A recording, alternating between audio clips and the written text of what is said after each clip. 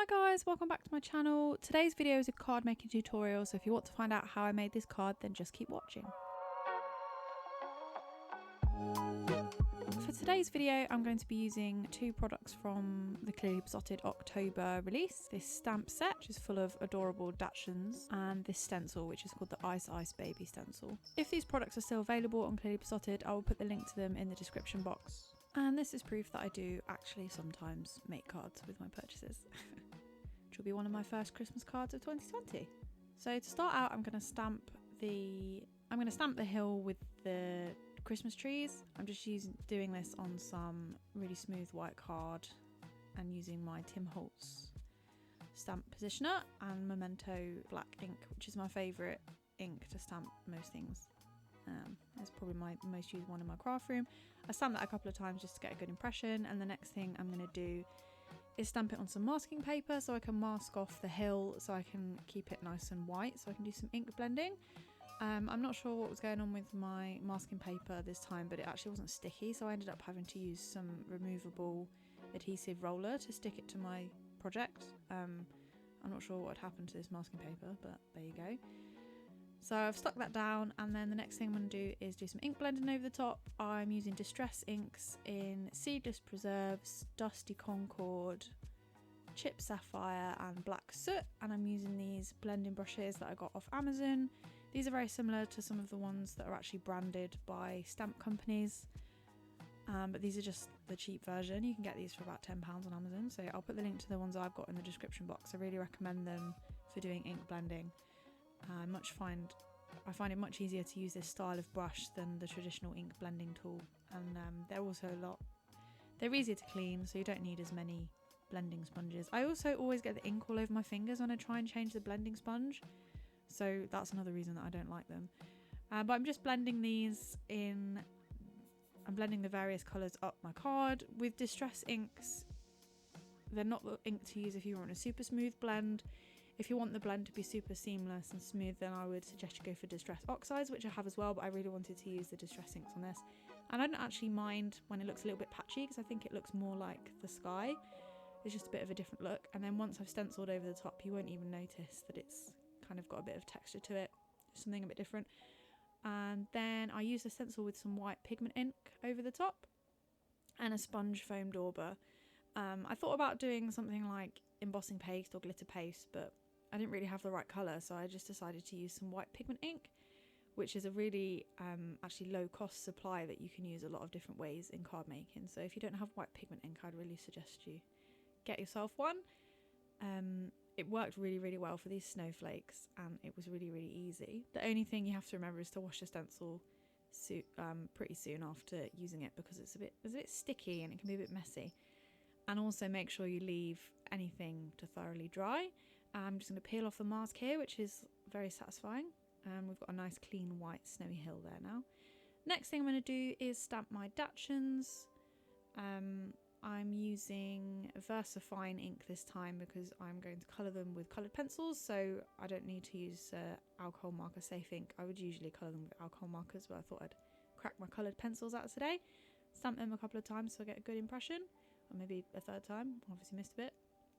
And I always clean my stamps straight away when I use pigment ink, because otherwise they get all gross. I'm using Faber-Castell Polychromos pencils to colour these in. I am no expert in coloured pencil colouring. Just to be honest, I don't really know what I'm doing.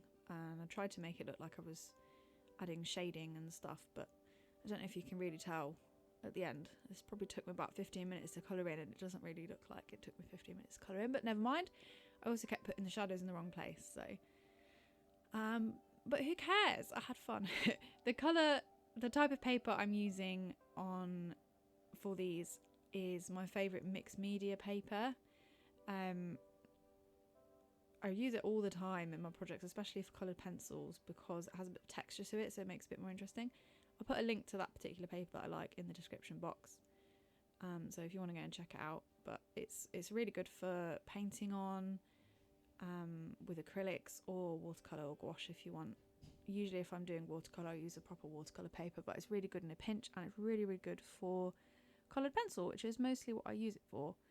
And And you can even ink blend on it actually. I've definitely used it for ink blending before and it came out really nice. So here I am adding the shadows to the Dachshunds, and then I go back in with the lighter colour, and you can't really see the shadows anymore, but they are definitely there.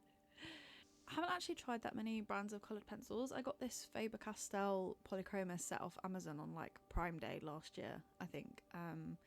And when I looked on the Faber-Castell website, they were selling the same set for £110, and I got mine for about £45, so I thought that was a really good bargain. I've never tried Prismacolors is the other brand. I've only really tried the Faber-Castell ones, and then Derwent is another brand that I like. But if you have any coloured pencils you would like to recommend I try, please let me know in the comments, because I am tempted to try the Prismacolors. So if you've tried both and you think there's a big difference, let me know, because I don't want to buy a set of Prismacolors and then find they're pretty much the same as the Polychromos. I did originally do a lot of research before buying my Polychromos pencils, and they seem to be the second best coloured pencils that you could buy, apart from the Lumiance pencils by Canon Dash, but they are like, I mean, these are expensive, but those are ridiculously expensive, so you know, don't have that kind of money to throw around on coloured pencils. The more I spend on coloured pencils, the less I have to spend on other art supplies, so you know. I'm colouring in the scarf and the jumper on the Dachshunds now, just to match the background on my card panel, so the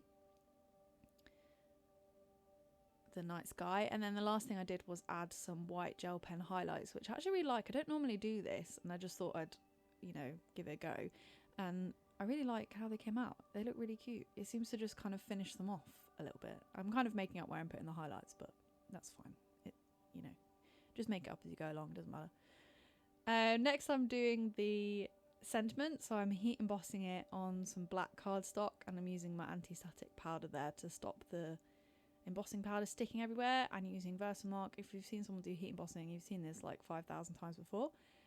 And then I'm using a coffee filter to catch all of my extra powder, and then I'm just going to heat set that until it's all smooth and melted. I quite rarely do heat embossing, even though I really like the way it looks, because I'm just too lazy to get all the stuff out. I feel like it's a lot of effort for just one sentiment. And then I'm just going to die cut it using this random die that I found in my die collection, which is almost like a torn edge sentiment, which is quite good. It was one of the only sentiment dies that I had that would fit this sentiment, because a lot of them are quite skinny little banners. Now I'm going to colour in the little stars and the trees with my white gel pen, just to make them stand out a bit from the background. And then I've got to cut out my Dachshunds. So for some reason, when I cut these out, normally I would leave a white border around the edge, but for some reason I thought I'd make it difficult for myself and cut right up against the edge, which took absolutely forever. And even Oscar decided he wondered what I was doing, and he came to investigate. But even he got bored and wandered off because it was taking so long. So I cut most of it out, so you don't have to watch it. And because the edges are white, I'm going around with a black marker just to blend them in a bit more. Oscar clearly liked the smell of the marker, because he wouldn't leave me alone while I was doing this. So I finished that, and it just kind of neatens up the edges and just makes them look a bit more finished. Now I'm trying to figure out where these are going to go on the card. I don't really plan sort of what my card is going to look like at the beginning. I might have like a rough idea. So I spent ages messing about with these and trying to decide where they were going to go. And in the end, I put the 3 Dachshunds at the bottom and the sentiment near the top, on top of the sky. But I sure as hell played around with them a lot before I decided where I wanted them. And then I put some foam tape on the back of the Dachshunds just to raise them off the panel a little bit. And I did the same for the sentiment as well. I really like that look when they're just kind of raised off the card a bit, and there's like a bit of shadow behind them. So that's that. And then I almost mounted it on my card, but then I decided it needed another panel underneath, so I trimmed it down a little bit so I had a bit more space around the edge. And then I found this copper coloured card, and for once I actually measured my card panel to see how big I needed my panel to be, which I don't normally do. I just kind of go in reckless abandon and just trim it by eye, and invariably I screw it up.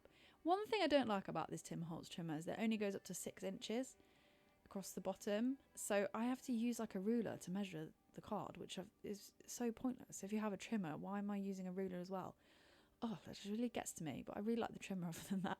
I didn't want to waste the inside of this card because it's like a pearlescent one, so it's a bit more expensive than just like a standard card. So I die cut a panel out of the middle of it that I can use on another card, and once you attach the top panel to it, you'd never know. So that is a tip for you if you want to reduce your waste. See, look, now you never know. You only need the bit at the edge. So that is finally done. I still haven't measured it up properly, so I had to go back and trim the edges down to make it look even. Or I just didn't stick it down in the middle, who knows, whatever. You can always save it. And then the last thing to do is to mount it on the front of the card. And then actually in this video I went and stamped the inside of the card as well, which I don't often do. Oh no, hang on, I went in with some Wink of Stella on the highlights, which dissolved all of the gel pen. So I don't recommend doing that. I forgot that you're not supposed to do it in that order. Learn from my mistakes. And then the last thing I did was stamp the inside of the card. So I used a Daschund and then another one of the sentiments from the set, and I used a VersaFine ink in toffee for this one, just so it wasn't black. And that's it. We're all done. That is the finished card. I hope you enjoyed seeing how I made that, and you like my finished card. I'll put the links to Clearly Besotted in the description box. It's one of my favourite stamp companies, and I really recommend you go and check them out. If you like more videos like this, please give this video a thumbs up and subscribe to my channel for more content. And I hope to see you back here again soon. Thanks so much for watching. Bye!